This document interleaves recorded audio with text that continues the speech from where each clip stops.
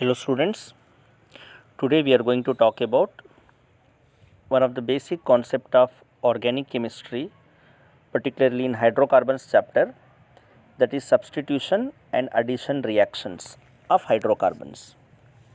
अब ये हाइड्रोकार्बन्स के बारे में तो हमने पिछले वीडियो में पढ़ा है. Hydrocarbons means the compounds which are made up of carbon and hydrogen.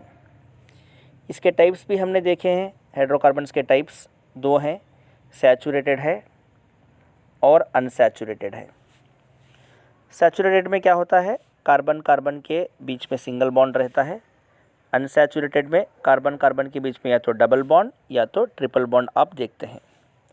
अगर कार्बन कार्बन के बीच में सिंगल बॉन्ड है तो वो कहलाएगा आल्केन, जो कि एक सैचुरेटेड हाइड्रोकार्बन है.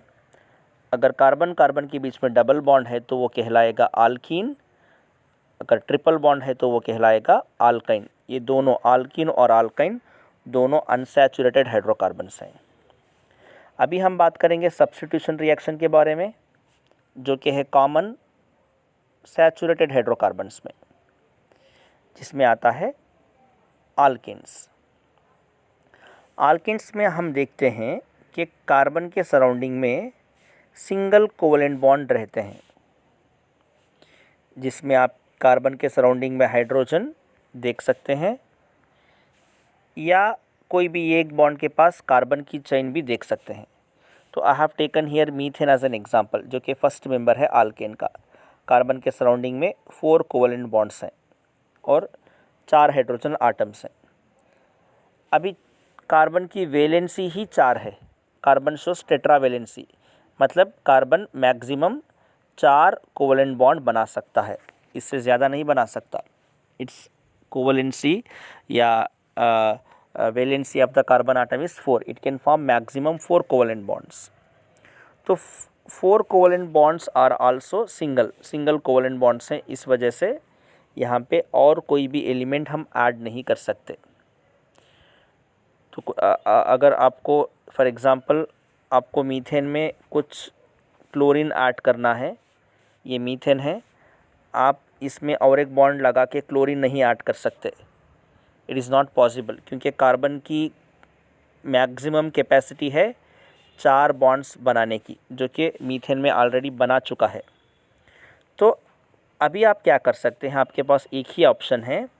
अगर आपको क्लोरीन या कोई भी और आटम को इसमें डालना है तो आप क्या कर सकते हैं, कोई भी एक हाइड्रोजन आटम्स को निकालिए, बाहर निकालिए, और उसकी जगह आप क्लोरीन को या कोई भी आप आटम्स जो इसमें डालना चाहते हैं वो सब्स्टिट्यूट कर सकते हैं, रिप्लेस कर सकते हैं. तो मीथेन में 4 हाइड्रोजन आटम्स हैं. सब्स्टिट्यूशन रिएक्शन में क्या होगा, रिप्लेसमेंट तब तक चलता रहेगा जब तक इसके पास हाइड्रोजन आटम्स रहेगा. एक एक हाइड्रोजन आटम्स यहाँ पे रिप्लेस होता जाएगा और सब्स्टिट्यूशन होता जाएगा. तो here we have taken substitution reaction, chlorination in methane. आज हम पढ़ने वाले हैं क्लोरीनेशन ऑफ मीथेन. जो क्लोरीनेशन ऑफ मीथेन है वो एक सब्स्टिट्यूशन रिएक्शन है. जैसा कि आप यहाँ देख सकते हैं, आई हैव रिटन मीथेन. तो methane when it reacts with chlorine, Cl2, chlorine molecule है Cl2, मैं उसे एक्सपेंडेड फॉर्म में लिखा हूँ. When both of them reacts in the presence of sunlight, जैसा आप यहाँ देख सकते हैं कि chlorine atom getting substituted with hydrogen, hydrogen की जगह क्लोरीन ले रहा है, और ये हाइड्रोजन इस क्लोरीन के साथ रिएक्ट होके एक हाइड्रोजन क्लोराइड निकल रहा है बाहर. ये क्लोरीन आटम ये हाइड्रोजन आटम को सब्स्टिट्यूट करने के बाद हमें मिला एक सब्स्टिट्यूटेड प्रोडक्ट, जिसे हम कहेंगे क्लोरोमीथेन. मतलब यहाँ पे क्लोरो है और ये मीथेन है, इसे हम मीथाइल क्लोराइड भी कहेंगे. क्लोरोमीथेन या मीथाइल क्लोराइड, क्योंकि CH3 ग्रुप है जिसे हम मीथाइल कहते हैं. नाउ आज इन क्लोरोमीथेन आप जैसे कि देख सकते हैं, अभी भी इसके पास 3 हाइड्रोजन आटम्स हैं, मतलब ये फिर से सब्स्टिट्यूट हो सकता है. तो क्या होगा, मैंने यहाँ पे इसको सेकेंड रिएक्शन में लिया है. क्लोरोमीथेन के थोड़ा अरेंजमेंट चेंज किया हूँ, मगर ये क्लोरोमीथेन ही है. फिर से मैं इसे क्लोरीन के साथ ट्रीट करूँगा, फिर से दोबारा वही सब्स्टिट्यूशन होगा, वही रिप्लेसमेंट होगा, और एक हाइड्रोजन आटम क्लोरीन के साथ रिप्लेस होके मुझे मिला डाइक्लोरोमीथेन. यहाँ पे आप 2 क्लोरो ग्रुप देख सकते हैं, डाइक्लोरोमीथेन बना. उसके साथ साथ एक बाई प्रोडक्ट हेक्सियल भी निकलेगा. तो इस डाइक्लोरोमीथेन में आप फिर से 2 हाइड्रोजन आटम्स देखेंगे, अभी भी 2 हाइड्रोजन आटम्स हैं जो कि सब्स्टिट्यूट हो सकते हैं, इसीलिए मैं डाइक्लोरोमीथेन को थर्ड रिएक्शन में यहाँ लूँगा डाइक्लोरोमीथेन को। तो और एक हाइड्रोजन आटम सब्स्टिट्यूट होगा, तब मुझे मिला एक और एक बाई प्रोडक्ट जिसे हम कहते हैं ट्राइक्लोरोमीथेन, क्योंकि इसके पास 3 क्लोरो ग्रुप्स हैं। ट्राइक्लोरोमीथेन, कॉमनली इसे हम क्लोरोफॉर्म कहेंगे। अभी भी इस क्लोरोफॉर्म के पास और एक हाइड्रोजन आटम्स बचा हुआ है, तो वो लास्ट सब्स्टिट्यूशन रिएक्शन में जाएगा। तो मैंने यहाँ पे लिया क्लोरोफॉर्म या ट्राइक्लोरोमीथेन, फिर से सब्स्टिट्यूशन होगा और हमें मिला फाइनल सब्स्टिट्यूटेड प्रोडक्ट टेट्राक्लोरोमीथेन, जिसके पास 4 क्लोरीन आटम्स हैं। टेट्राक्लोरोमीथेन या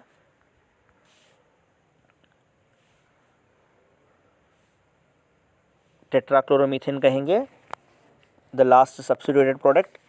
So this is about the substitution reaction.